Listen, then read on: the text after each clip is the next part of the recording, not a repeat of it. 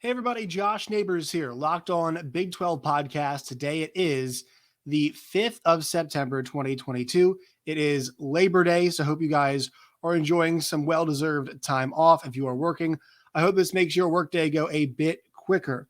On today's show, we'll look at the performances of the new Big 12 teams. We'll do it every single week.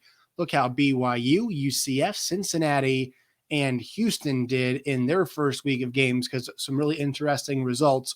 We'll take a look at those. And then also the Big 12 stock exchange. Whose stock is up? Whose stock is down after 1 week of action? We'll have all that and more on today's show. You are Locked On Big 12, your daily podcast on the Big 12 Conference, part of the Locked On Podcast Network, your team every day. Once again, Josh Neighbors here, Locked On Big 12 podcast. Make sure you follow us on Twitter at LO Big 12. You guys can find me at Josh Neighbors _. One huge note before we get going. Right now, we are hovering around 1,800 subscribers. In the last month, we gained over 200. So my goal is, over the course of the next month, let's get this thing to 2,000 subscribers. If you guys have not yet, please do. This is the best source for everything Big 12. We talk about conference realignment, talk about conference expansion, playoff expansion, how that stuff ties in, television deals, and also everything that happens on the football field as well in the Big 12 and also outside of it, and how that stuff kind of affects the Big 12 conference. So make sure you guys subscribe. We have daily shows, usually 5, sometimes 6 days a week. We will have content for you all coming out. The calendar will kind of take shape here as we go along about what we do each week. Some recapping type stuff happens on Sunday and Monday, and then start to look forward and talk about some certain teams as we get into the week. So please subscribe to the show. All right, let's get to it. So a lot of you all, if you're some of the new fans, if you're a fan of Cincinnati, Houston, BYU, or Cincinnati, Houston, BYU, who am I missing here? Cincinnati, Houston, BYU, UCF. Totally lose my mind here. If you're a fan of any of those teams, you guys have been awesome to the channel. Thank you guys so much. And so I want to make sure you guys kind of get your fix, and it's important if you're a current Big 12 fan as well, kind of learn about the teams that are coming in the league and how they're performing and how they're doing, because these are some of the teams we're going to be contending with. If you're a fan of Texas Tech, it's ECU, so on. I thought this was a really interesting week of AAC and also BYU action. And let's start in the AAC, because they have 3 teams that are coming in. And we'll start with the loss first. Cincinnati. They lose 31-24 to Arkansas on the road to start the season. And I just want to say this about Cincinnati. Like, this loss, while I think Cincinnati had a lot of self-inflicted issues in this game, I think this loss is indicative of something greater, and actually something that's more positive. The fact that after the last 2 seasons, Cincinnati has had, right, the 2020 season, you think about that, that was a season where they went 9-1, and they lost very close in the end against Georgia, right? So 9-1 season there. And last season, they go 13-1. So the last 2 years, they're 22-2 with losses to Alabama and a loss to Georgia, right? Those are actually the last couple national champions, some of the last couple national champions that we have had, right? So when you think about, like, what does that say about Cincinnati? Sure, I know a lot of their schedule obviously takes place in the AAC, but the goal of a program a lot of times, or actually let's just say what happens a lot of times with the mid-major programs, is the G5 programs, is that they'll have years of success. A lot of them will go 8-4, 9-3, right? And then they'll rip off a really nice 10, 11, 12 win season, right? And kind of the season for the ages, right? UCF comes to mind. UCF's always a really good program, but they had that 1 year that really sticks out, right? The Peach Bowl year, where they went undefeated in obviously 2017 and claimed that national title. And then you kind of take a step back and you have to reload and whatever. This Cincinnati program might be able to pull something off at that level, and obviously going to the Big 12 level, so it changes. But they're in the course of pulling something off that we really rarely see. Rarely see that they are the only ones to go to a college ball playoff, right? And so they had to stack a 9-0 with a 13-0, and I know they lost the bowl game, but they lost by 3. And also Georgia was playing a lot of their good players in that it was a Sugar Bowl. back there in 2020. Georgia was playing a lot of their, really good guys. I mean, Azeez Ojulari had a big game, and he was, he was one of their guys back then. And obviously the Alabama game, the playoffs, we've seen teams get beat by more against Alabama. And last year, they had to win games against Indiana. They win games against Notre Dame. And this year they challenged themselves off the bat. It's really hard for a program to keep reloading and keep being this good. And for them to go on the road against Arkansas, who's a top 25 team, top 20 team. Now, say what you want. Arkansas didn't look great in this game. But the fact that Cincinnati would not go away, and this was a one-score game in the very end of the game, shows you where Cincinnati is and what they built as a program.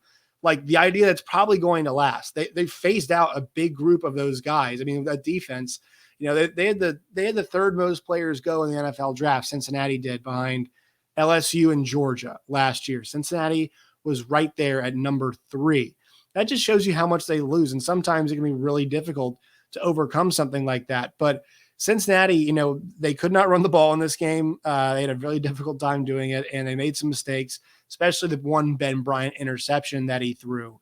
But they were still, this was a back and forth game. There were a couple times where Arkansas put them down 2 scores. Arkansas went up 21-7 at one point. You're thinking a little bit of and that actually they went up 14-0. And so they had, I think they had 3 14-point leads in this game. So you had a 14-point lead. They got pushed back to 7 right after a nice touchdown drive. Then you had the Jaden Hazelwood. It's good to see him back. Kind of Big 12 universe right there at Arkansas. Catch a touchdown, make it 21-7. And then you see in less than a minute and 50 seconds, or a minute 10 seconds later in the third quarter, Cincinnati goes down and scores a touchdown. They had a field goal to make it a 4-point game. At that point in time. So you see Arkansas came back with a field goal, and they scored a touchdown. And then with 5:49 to go, they got a touchdown, Cincinnati did, to make it a 7-point game. And obviously, they come up short. But for them to be in this game, to play the way they did, really impressive. And Arkansas had a nice drive there at the end to ice the game. But for Cincinnati, once again, to go on the road in that environment, make a great accounting of themselves. And I think Arkansas is going to value that game a lot, because they got pushed in some ways that are going to make them clean up a lot of stuff if they want to be any good. I think maybe also Cincinnati might have exposed some things too. But for them to be replacing so many parts on this offense, I thought it was a really good performance, all things considered. And I thought for them at quarterback too, Ben Bryant looked really good. Once again, that one mistake, I'm not a big fan of throwing those routes that are for 5 yards. If you're on the right hash, and he was on the right hash, throws the ball to the left side and the sideline. I never think the juice is not worth the squeeze on those plays unless somebody's normally wide open. And there was enough coverage on there. There's just too much time. There's just too much time for a defensive player to go and make a play on those balls. And so I think that's a throw that he'll definitely learn from. But Cincinnati as a whole, I'm leaning Houston this year in the AAC, and I don't think that they're on each other's schedule this year too. So they could just meet in the title game again. But Cincinnati, once again, what Luke Fickell has built is so impressive when you think about how challenging it is for those programs to go up. They usually lose a coach when they do so and stay up. And he's built what could be a powerhouse and something that might be built for the transition to the Big 12 after what we just saw in this weekend's game. And I think they're obviously, a team to watch for us, but keep a close eye on how they develop and what this team looks like. There's a chance they're a damn good football team at the end of the year, because they've got a few things there, especially I think their defense has a chance to be really good. I know they didn't play great in this game, but I think their defense does still have a chance to be really good. I thought their passing defense was pretty good. They got torn up on the ground a good amount. They allowed 5 yards of carry, which I've seen worse, but it wasn't excellent. But they just made a few more mistakes. They had 10 penalties for 65 yards. They had 2 turnovers compared to 1 turnover. They were not they could not run the ball very well. They ran 3.6 yards per carry. So shout out to Arkansas's defense on that. And yeah, there you go. I think that's kind of the story of this game, but just close, and only lose 7-point loss on a very difficult environment to a team that we think is going to be pretty good this year in Arkansas. So I think Cincinnati has to have a lot of credit. All right, let's go next and talk about Houston. Houston and UTSA played a really awesome football game that went to 3 overtimes, and Houston ends up getting the win 37-35 in what was a very hostile environment in San Antonio. the Alamo Dome, what do they call it now? The Alamo Dome, yeah, was on fire. I thought that UTSA, man, under Jeff Traylor, like the Houston non-conference schedule is, I forgot how difficult it was. They've got UTSA on the road. They have Texas Tech on the road this week where they're actually 3-point dogs, and they have Kansas. So like, and also I think, I'm not sure if I don't think Rice is the American. They have Rice also non-conference, which is like, it's whatever. It's not, they're still CUSA. It's not going to be a very difficult game, but still, you've got 2 Power 5 teams. I know it's KU, whatever, but you're playing UTSA on the road. You're playing Texas Tech on the road, and you're going to play Kansas. So I think Kansas team actually might be better than we actually thought. So I thought Houston had a chance to have a really special season, not make the playoff special, but a really awesome season where they're kind of that G5 team that will represent when we get to bowl season in the New Year's 6 games. I think they're the odds-on favorite, in my opinion, right now to do so. Their offense really, I felt like, had a difficult time getting things going in that first half. I mean, they struggled mightily to move the football and to actually score. They only scored 7 points in that first half, and we thought that this was going to be one of the strengths of this team. And actually, the first 3 quarters, they only got 7 points out of it. But they explode for 17 points in the fourth quarter. One guy you have to watch in this team, Nathaniel Dell, is an absolute star for them at wide receiver. You saw Clayton Tune make the jump into the end zone, or it was end zone in overtime, I think it was. And I think this team has just got a lot. I mean, they've got a lot of skill. And I thought their defense in a 37-35 game, actually their defense in the end of the game bowed up a bit more now down the middle in the fourth quarter. That was not bowing up with what happened there. But they made the stops where they had to, and then overtime they made the stop when they had to. I think this defense is a bit better than it actually played. And trust me, brother, they'll get that test this week, right? They're going to get a strong test from the Texas Tech Red Raiders on the road, especially going up against the Zach Kittley offense I mentioned, whether it's Donovan Smith or Tyler Shuck. Looks like it's going to be Donovan Smith, but they're going to have to cover all over the field. They have to make sure they account for running backs, try to get after the passer as well. They got a whole laundry list of things to do, but their offense showed the ability to score when they absolutely had to score, right? And they've got a really good kicker too in Bubba Baxa. So they're kind of set up to win tight, close ball games because they have a veteran quarterback. Nathaniel Dell was 22 for 32, or Nathaniel Dell, Clayton Tune was 22 for 32, 206 and 3 scores. So not this outrageous game, but good enough. He also ran 51 yards in a score. They were not great on the ground in this game, but they've got wide receivers. And also Nathaniel Dell, number 1, like being a wide receiver too. They just have to get a bit better in coverage. And I think, try to effectively rush the passer a bit more. Also, the defense in the middle of the field was not excellent, but I still think they've got the horses on this defense to actually be a really good team. And look, this defense was really good last year. Like, that's the one thing we talked with Kevin Eschenfelder about this Houston defense. We talked about how good it was last season, and I think it'll continue to be good if they can kind of get some things corrected. But that's a group that should be good. And Dana Holgerson, man, their group, that was a really tough, gritty win. They're probably going to have to grab another one, but I like the way that they're challenging themselves. They're 1 for 1 so far on this. So 1 for 2, I should say, in those really difficult road games in the state of Texas. But look, if they want to become that power, in Texas, and I think they have a shot. You all have heard me before say that I think this Houston program is one that we're sleeping on. It's got a chance to build something really impressive in the Big 12 because of their geographic location and also the resources that they have, not to mention that they're performing at the right time before they join the league. The fact they went on the road and went and beat another team in Texas, I know it's UTSA, but it's a really good UTSA team. They went on the road. They got the job done. They're going to have to go on the road again now to a Power 5 team in Texas and try to do the same, which I'm very, very excited about. All right, the other game that we have to get to in this conference was UCF 56-10. John Rice Plumlee, yes, that John Rice Plumlee was all over the place. 21 for 31, 308 and 4 scores.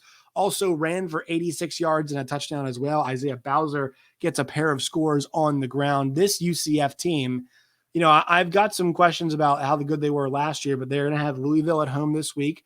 The return game that they had, last year, Louisville played them. So I'm really excited to see this matchup. They also have Georgia Tech. So this is a school that's challenging themselves. Obviously not 2 of the best programs, but people thought Louisville was going to be pretty good. And so a South Carolina State win kind of gets them off and running. Now the real tests come. But I mean, I think John Rice Plumlee, after I got to watch him when I was actually at Missouri as a student, he's an exciting player. He is an exciting player because of how athletic he is. And I'm excited to see the season that he is going to have. Last game we have to get to. BYU in a very, very impressive performance.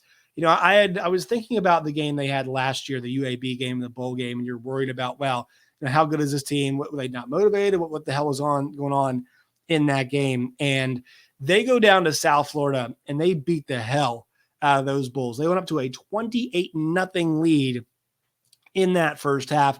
They led by 31 at the break. So they put this game out of reach early on. And that's because of a couple guys. I mean, their running game was fantastic.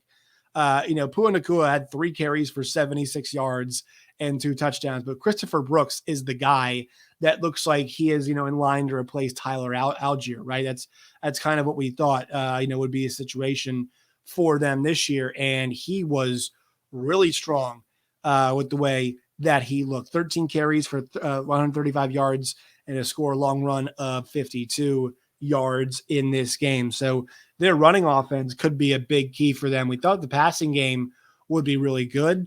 Their running game was awesome.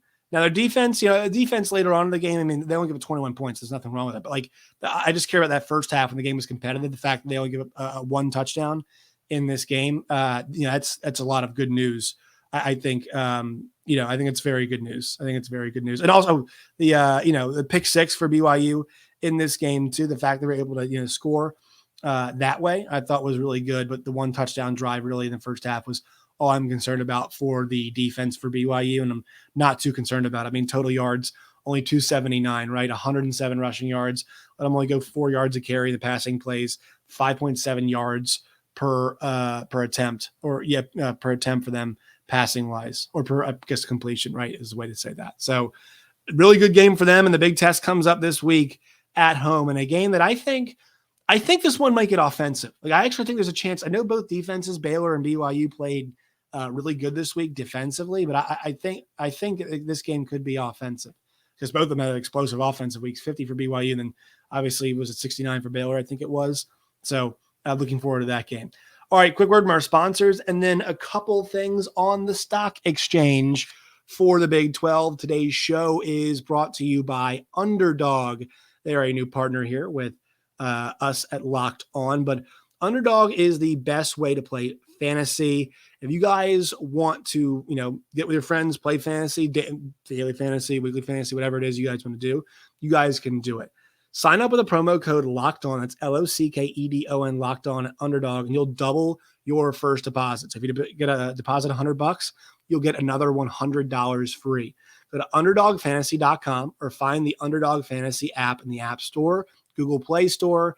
That's where you guys can find it. Once again, App Store, Google Play Store. You guys can find it there. And then once again, promo code Locked On, and you guys will get double your first deposit. So if you deposit 100, they'll make sure you double your money. They'll give you an extra 100 to play with. That is at Underdog Fantasy. All right, guys. So some of the stock exchange stuff I wanted to go through this week, just a couple things.